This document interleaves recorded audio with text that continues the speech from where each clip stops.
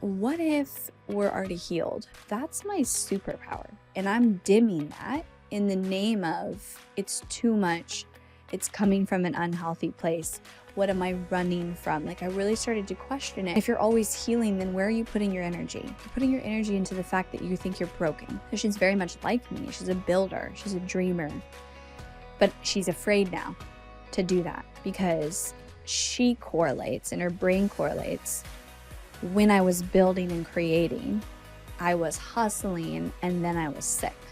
A regulated nervous system does not mean you relax all day. It means when shit's completely chaotic and life's happening, you're rooted and you're grounded. Embodied CEOs don't chase trends. They pave the way. They lead from within, moved by purpose, unshaken by noise. When you are the source, you do not need permission. Hello, everybody. Welcome back to the podcast. I am cranking in the solo episodes today. We leave tomorrow for our trip. I'm feeling, of course, excited, looking forward to the time with our family. Our summer adventures have become a tradition. I'm also when you leave for a month, overwhelmed and it's not the best time. There's so much I could do. I could use one more week. That's just the way it is. So I'm here at the studio today recording all the solos that I need to get done before the trip because if you know me, you know I don't do things ahead of time. I don't know why I'm like this, but something about there's no option to get it done deadline puts me in a place where then I produce. So here we are. I wanted to talk about something today that I finally feel like I am clear enough on how to articulate this. And I did a post about it recently on my Instagram and it was very well received. And I think it's just super relevant right now. So the last few months I've been reflecting around something, and that is how I feel like I went on this journey of I am naturally, since I was a kid, a very ambitious, driven human being. And I see it in my daughter today. Like, I don't have to influence at all her, and she wants to have a business, run an event, work really hard in CrossFit. They just started CrossFit Kids class, and just like this drive and this ambition and wants to be in motion and creating. And so I see it in my daughter and I'm like, I really, aside from that's who I am, I haven't influenced that. And if anything, I have gone out of my way to make sure my kids don't have overstacked schedules and feel like they have to constantly be doing because it's important to me. And so since I was a kid, I was like this. Like I am built with this ambition and this drive and desire to create an impact. And I feel like I went on this journey that a lot of you guys have witnessed, where I realized kind of the, I guess, unhealthy side of that, right? And I think I'm clear now that the unhealthy side of that is only when you get into the territory of disconnection from yourself. But I wasn't clear on how to articulate that until recently, where I had this realization. Because what happened is I started to question the ambition. I started to question the drive and, that innate part of me that wants to train really hard in CrossFit, to build the 8-figure business, to set the high standards for how I live my life, how I provide a life for my kids. And I realized that's coming from an authentic and genuine place from inside of me. Now, in the past, there's times that came from disconnection. It came from me overriding my intuition, overriding my connection to myself and pushing myself past limits. There was definitely a time when I had my kids, but especially after I had both of my kids, that I was in a place of not taking care of myself. I was bottom of the list priority. I was working a lot, breastfeeding, had a toddler, wasn't necessarily in a good, healthy place. And that was a season. So there was times that I went into that where I would override myself. But as I reflect on how I show up with my ambition and how I'm able to have an idea and create it in 6 days when I built that product. I realized and kept sitting with, that's my superpower. And I'm dimming that in the name of it's too much. It's coming from an unhealthy place.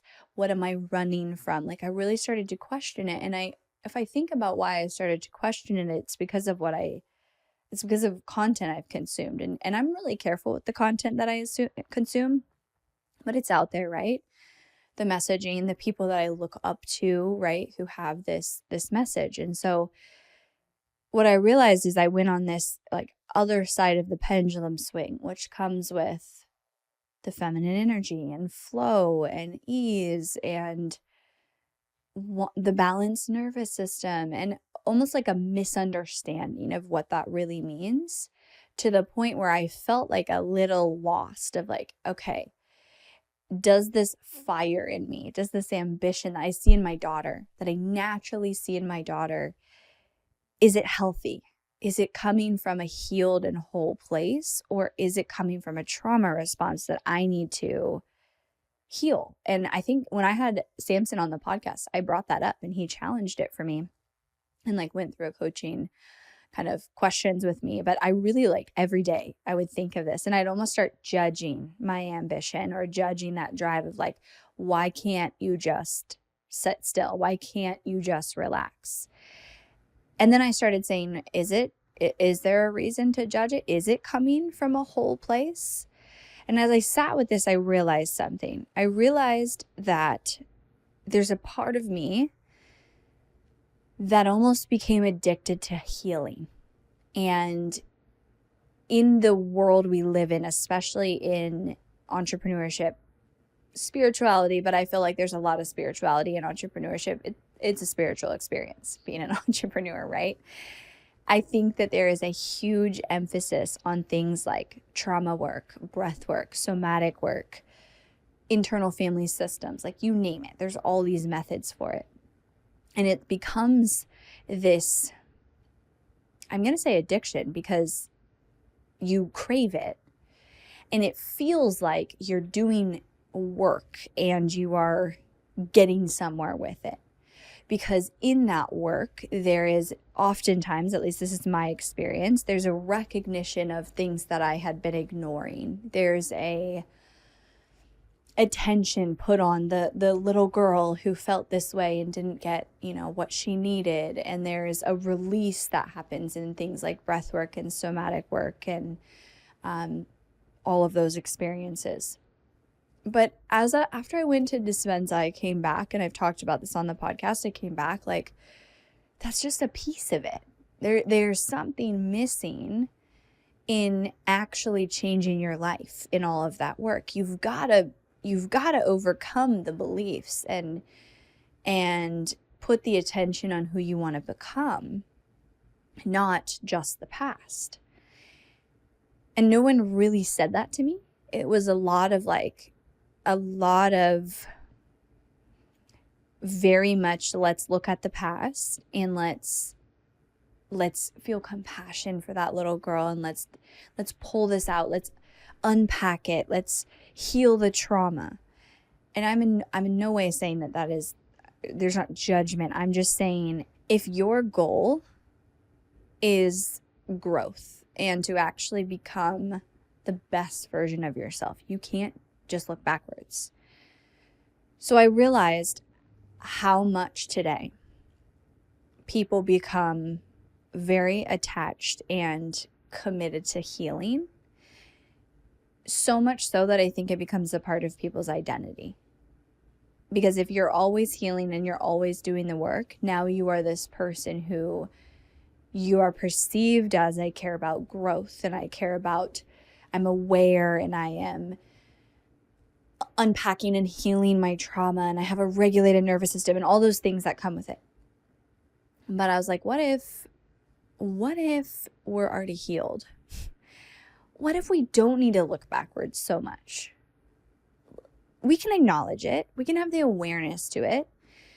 And so I sat with this, and then I hosted my event last week. And it was actually in the middle of the we did breath work, but we did a lighter version of it. So Samson, the facilitator, was incredible. And I talked to him about how I was feeling about breath work and like how I wanted the experience to be in this event, which is different than my past ones. I didn't want to push people into such depths of the past and of things that can come up somatically that you've been storing, because I recognize that you can't override the body and not release what is possibly being stored. I also don't think we need to put so much energy there. That's my new belief and my new way of looking at things. And so we did breath work on day 2. And during the breath work, I was observing. I'm very much a part of the room. I don't participate in the breath work, but I don't really facilitate. I let Samson do his thing, but I was observing and I was watching the impact it was having on people, which is, for a lot of them, a big release, and allowed us to get into depths that we hadn't been able to before. So as I was watching, I realized, okay, this is necessary. This type of experience to pull you out of your mind and into your body and create awareness and release what you've likely been storing is necessary. But how does it fit in? And it was actually during the breathwork that I had this download for a process that I called the becoming pathway. And what it talks about is how I taught it was, first you have the acceptance. You have the kind of release and the purging of a lot of things that we've stored, that our nervous system has stored from, childhood. So for some people, 30, 40 years, you've got to get into that to release it. And you've got that purging and that letting go and shedding. And it feels good. It feels like a big release. It's like when you cry, right? And you have a big cry, and then you're like, okay, I released all this energy and all of these emotions. But then you need the next step, which the next step is, I called it the difference between the two selves. So now you have this like moment in time where you just released all of this that you've been holding on to, that you've honestly been disconnected from because you haven't allowed it any space. You've possibly shoved it down and overrode your body. And then, so now once you release that, it's like, what did you make room for? And who do you want to become? And you have the difference between those two selves. You have the self who's going to hold on to all of that identity, those beliefs, the emotions and the thoughts. And then you have the future self that you get to bring into reality now that this has made the space. And that's, can take time, but it's really just this definition of the difference between the two. So we went through a process where I asked people, what did you let go of in breathwork? What versions of you did you let go of? Or integrate is another way of saying it. It's like you're always going to have those parts within you that was part of your human experience, but you're releasing them. They no longer serve you. And then the third piece to the pathway is the becoming.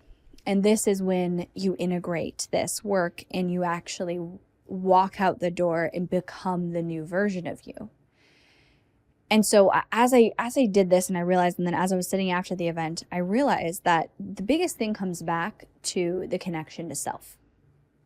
And when I take my ambition, for example, and my drive that I struggled with the last several years, like since I went to Costa Rica and had this experience where I really softened and tuned into my more feminine energy and ease and flow, which is all positive things, but I couldn't figure out where the ambition fits in. It's like, is that too masculine? Is that too much force? How much is too much? Like, these are questions that my brain would really wrestle with, because I need to know, like my linear brain wants the answer to these things. And it hit me the other day. It was like, it all is about, is it coming from a disconnected or connected place? Is the ambition coming from ego and disconnection from myself because I need some sort of external validation, and I'm telling myself a story of I need to XYZ, have the $1 million business, be the best at CrossFit, do this to receive love? Or Is the ambition fueled by purpose and fueled by an inner knowing and an inner connection? And I think I can say today, more than ever, my ambition and my drive is fueled from within me. It is something that it's like, you are here in this life to do this. And I've sat with the fact that I think my kids chose a mom who that's how she led her life. Yeah, maybe we don't have as many days where I sit around and just, sit on the couch and read books, and because like that's not me. Could I do that? Yeah, I could do it. Does it fuel me? No, I'm fueled by creating, by building, and I'm not running from something when I do that. And that's kind of what I told myself for a while, is like, you're doing this because you're out of balance and you're too much in your masculine. And as I've sat with this, I've realized more and more how today I'm kind of calling it out, because I don't see people talking about this. I think that the pendulum has swung so far that there's like this addiction to healing, that it becomes a part of your identity. And if you're always healing, then where are you putting your energy? You're putting your energy into the fact that you think you're broken. If you're always healing, you're constantly looking backwards. Yeah, we need to allow space for things to process, for things to be acknowledged, for us to have awareness, that first step. But what if we put more energy into what we're creating, into the future version of us? And I was having a conversation with someone who I know will listen to this podcast, and I told her I was going to record a podcast about it, because she went through a situation basically where she hit complete burnout. Her health was starting to fail, and she was not in a good place because of her business. She actually came to my January event, and it completely changed her life, because she was introduced to embodiment, to paying attention to the body, to breath work, to meditation, to things that would help her heal her nervous system. It's been 6 months, and she's basically like all her health issues have gone away. She's feeling like in a much more balanced place, but she finds herself in this place of hesitation, of chasing a goal, or not even chasing a goal, pursuing a goal, taking her business to the next level. She's very much at a place where she's like, I'm just going to kind of coast, and I'm going to stay where I'm at, because I'm afraid that I'm going to go back to where I was when my health was failing and I was in this really bad place. And I mean, I think everybody can have you have a season, right? And she probably needed that season. But one thing I said to her was, I don't know if I said it exactly this way, but are you taking the identity of somebody who needs to continue to heal? Or can you take the identity of somebody who is now deeply connected to your body, deeply connected to your intuition, to your wisdom, and it's impossible for you to go back to that place because you found the connection. So it's not about the external of where her business was or how she was chasing a next level. I keep saying chasing, and I don't think that's the right word. Pursuing, creating, building her next level. She's very much like me. She's a builder. She's a dreamer. But she's afraid now to do that because she correlates, and her brain correlates. When I was building and creating, I was hustling, and then I was sick. I don't think those actually are, they have to coexist. I think you can build and create and dream big and do frickin' big things in this life, big dreams, and be connected. Because if we're connected, then we're healthy, we're regulated. A regulated nervous system does not mean you relax all day. It means when shit's completely chaotic and life's happening, you're rooted and you're grounded. That's what it means. And that's an internal state. So at the event, I told her, she said, I'm afraid of losing my peace and my joy that I feel now after going through this journey. And I said, peace and joy comes from within. Your business is not going to give you peace and joy. your state of being gives you peace of joy, and you could choose to be in a state of peace and joy and choose that through stillness, through the connection, through the tuning in with yourself, through being present. You can choose that every day and be growing a big business. And so at my event, I actually called this out a lot because I just felt like there was this theme, and it's coming especially from women, that's like, I can't have the big empire and the team and the support and the millions of dollars and be a present, connected human being, mom, with myself and with my health. And that's like honestly bullshit, because you can. Does it take energy and effort every single day? Yes. But what I've realized is that I went through this, and I think, like with everything, right? It happens for such a reason. This journey that I've been on, where I was in the hyper masculine and very much operating from a place of extreme structure. Like I used to plan my day every day by the hour, and I had to follow that. And if something didn't go how I wanted it to, then I would kind of lose it.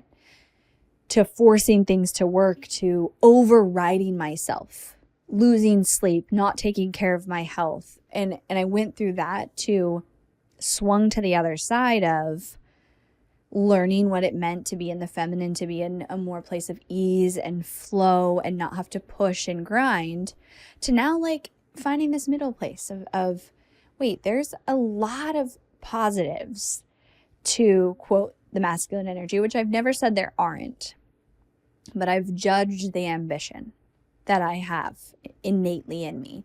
I've judged and I've dimmed the power behind wanting to create all the time and create big. And I've said, like, I've told myself stories of you have to slow down, you have to relax more.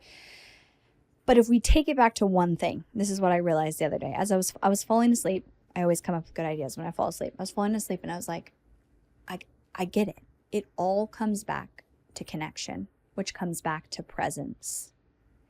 And if we are building and creating from a place of disconnection, we're then building and creating from an ego place.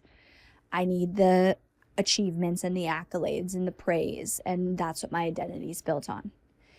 If we're building and creating from an internal place of alignment and of connection and of peace and trust, and now, I can look at my day and it can be completely different than I planned it, and I don't care. I'm fine, because I'm connected enough to know that I'm choosing that in the present moment. So when we build from that place of connection, the ambition and the drive and the dreaming and the building big, if you have that in you, it's your superpower. Not everybody has it. I naturally have it, and I have it big. And I think my daughter has helped me see this, because I look at her and, my two boys, they grew up in the same house and they don't have it the same level as she does. They're their own person, but they don't have that level of drive. And I see it in her, and I see me as a little girl. No influence. Like, no one told me I had to be like that. No one told me we're only going to love you if you achieve. That didn't happen. And so I see this as like such a genuine piece. And I got in this loop of, you got to heal. You got to heal it out of you. You got to keep doing the trauma work. You got to figure out why you're like this. So I don't know if this is helpful to you guys, but it's something that's on my mind, because I'm seeing a lot people kind of dim their ambition, dim their drive, because they're afraid of being labeled as they're hustling. They're working too much or too hard. They're not regulated. And I think everybody's on their own path. And if you're here to do that, do it. Like, create it, as long as it comes from a place of connection. And that's the skill I've developed in the last 2.5 years, is deeply knowing how to connect to myself, and how to now connect to myself and hold myself accountable. I said this in my post, but I think when you overly live in a place of you're always healing, you're always looking backwards at your trauma and I mean, if we all look long enough, we all have stuff, right? Some people more than others, but that's the human experience. We are meant to experience all the facets. When you look deep enough and when you stay in that loop, it becomes, this might be hard to hear, but I realize this, like I'm holding myself accountable for this. It becomes an excuse as to why you're not where you want to be or who you want to be. And that's where that third piece of the pathway that I taught at my event, the becoming piece, comes. It goes, who are you becoming? And who do you want to become? What are their beliefs? What are their thoughts? How do they carry themselves? How do they make decisions? How do they show up? And when you're looking at your life through that lens, now you have to hold yourself accountable. Now you don't get to say, oh, because of all this trauma, like that's why I don't know, have motivation or hold myself accountable, or that's why I'm not present with my kids, whatever it is. When you focus on, you can be anything and anyone you want when you claim it and you make it into your reality. Now you have to hold yourself accountable, and you don't get to use the past as an excuse and the trauma as an excuse. And I think a lot of people, it feels really good to constantly stay in a state. It's why we see people go do tons of plant medicine ceremonies, tons of retreats, all these things that they're just band-aids. You're not actually integrating and becoming the unlimited future version of you. So something to sit with today. You may or may not resonate, but I think this is an important piece to my journey. And I'm in no way saying that I'm not committed to self-growth and self-work. I mean, I think that through experience as a person, that's just naturally what happens. And when you're committed to being aware and constantly holding yourself accountable to these things, you are just naturally going to change. As Joe Dispenza says, memories without emotion are wisdom. And I love that quote because I think that's what it's all about, is we experience something, we feel an emotion around it, we process the emotion, we remove ourselves from the emotion, and it becomes wisdom. And that wisdom builds our life. It builds the decisions we make, who we are, how we carry ourselves. And all of those things are so necessary. And when you look at it through that lens, then you look at the pain and all the facets, the good and the bad, the dark and the light, are an important part of life and are necessary for your experience. I just think sometimes we are actually more afraid what our life would be like if we didn't feel pain than we are of feeling the pain. And I think pain can actually be kind of comforting for people, and they are more afraid of the power that's behind a life free of the pain, if that makes sense. All right, everybody. Thank you so much for tuning in. I will talk to you next time.